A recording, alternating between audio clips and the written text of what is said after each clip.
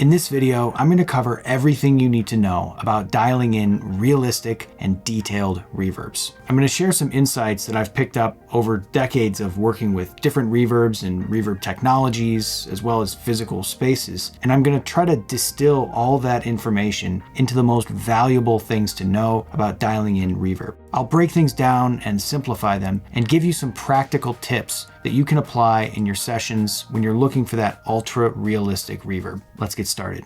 So first off, reverb is a strange effect because in the physical world, we all know what it sounds like intuitively. It's why a bathroom sounds different than a bedroom. It's why a big concert hall sounds different than a closet. And this is sort of intuitive because our brains are so good at picking up cues about what type of environment we're in just based on what we're hearing. You can close your eyes and just by listening to your own voice in a space, you can probably tell with a pretty good degree of certainty how big that space is, and you can start to imagine what types of materials are in that space. Now, what's interesting about this is the way physical reverb works, where the sound bounces off all the surfaces and comes back to your ears, doesn't really relate at all to how it works in an algorithm in a computer, for example. It doesn't really matter what type of reverb you're talking about. All of the mainstream processes for creating reverb are pretty unrelated to how it actually works in the real world. But in order to make a reverb plugin sound real, we have to understand a few things about how reverb works in the real world. And that's what we'll cover here in this video.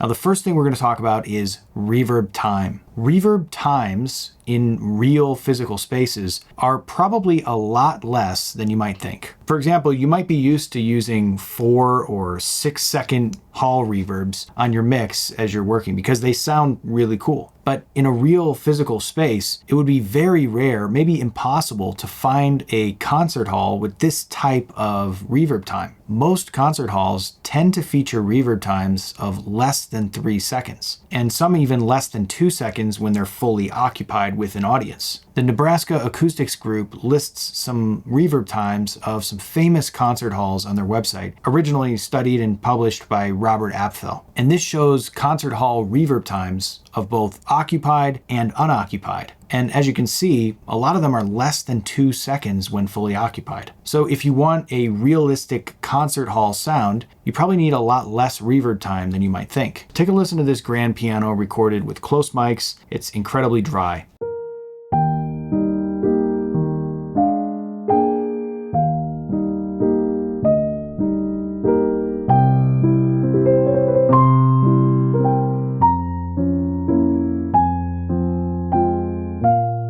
And now listen as we apply some reverb.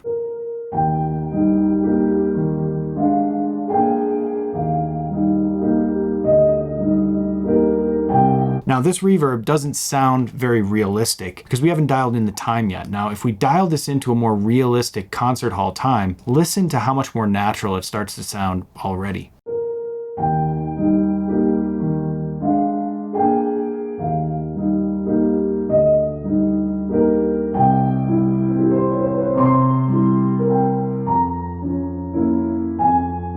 So just setting the right time gets us so much closer to a more natural sounding hall reverb. Now, the main physical spaces that might have a crazy long reverb would be things like medieval cathedrals. Those might have reverbs of 5 to 11 or 12 seconds long. One of the cathedrals I've heard in person is the Notre Dame Cathedral in Paris. And I can tell you it was a surreal experience walking in, hearing how deep and rich this reverb was. I had never heard anything like that before in a natural environment. But it really does have this giant billowing sound. You can hear the sound traveling through the cathedral.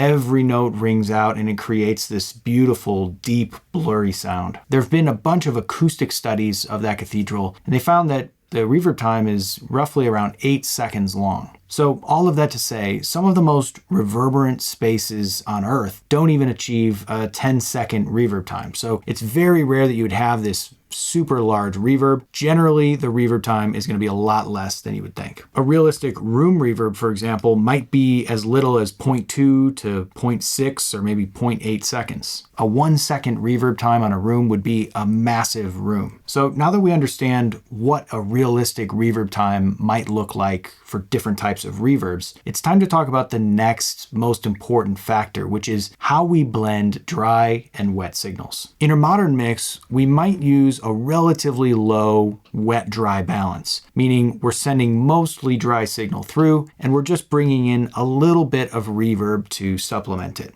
And this is great because it keeps the dry signal focused and present in the mix, and it sounds great when we listen over a bunch of different types of speakers and headphones. Generally, it's a good sounding practice to apply reverb like this for a commercial mix. But in real spaces, this isn't quite how it works. See, in a real space, you're probably getting a lot more reflected signal than you are direct signal, depending on how close you are to the source and depending on the size of the space you're in. And this balance of reflected sound versus direct sound is also how you can tell how far something is away from you in a room or in a space. You can tell if something is all the way on the other side of a room or if it's right in front of you.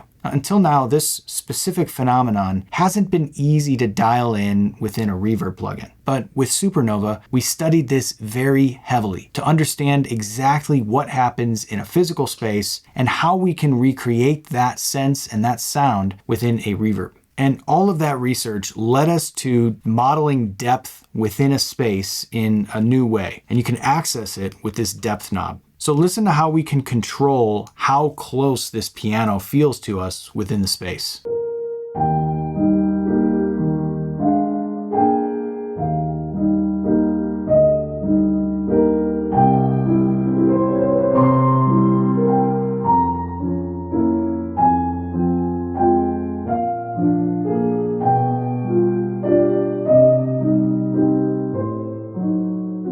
So you should have that sensation of the piano sounds like it's very far away in the space, or the piano sounds like it's close within the space. You can tell that the size and the shape of the room hasn't changed at all. It's just the placement of the source within that room that has changed. And when we pair that lower depth with realistic times, we can dial in something that sounds incredibly real.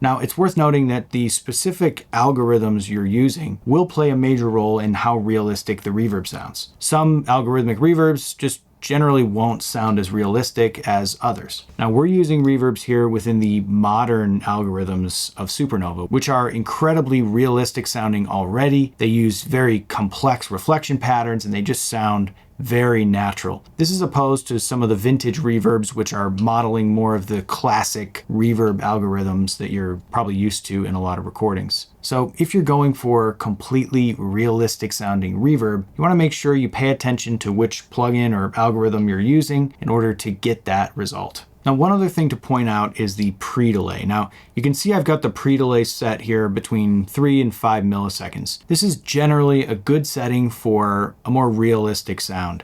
A lot of times you might use bigger pre-delays if you're not going for a realistic sound, because pre-delay can help separate the reverb tail from the dry signal and create a little bit more articulation in a mix. But in this case, when we want that ultra realistic sound, we generally want low or maybe even no pre-delay.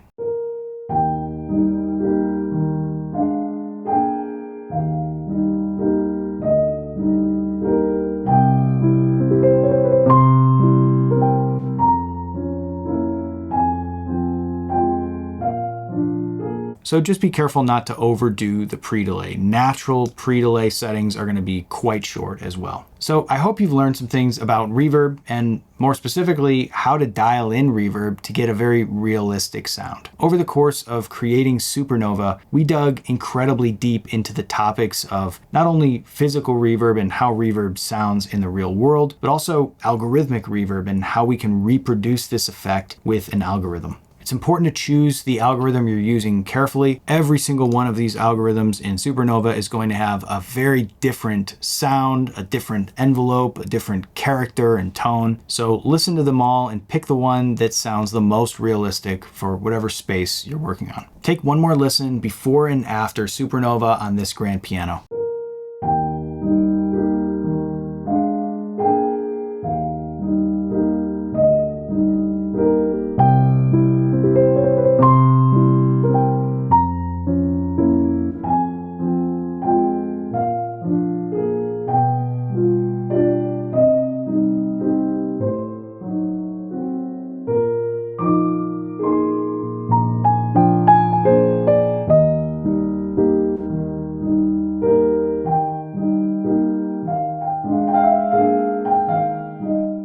If you enjoyed this video, give it a like, leave us a comment, and subscribe for more tutorials like this. And as always, happy mixing.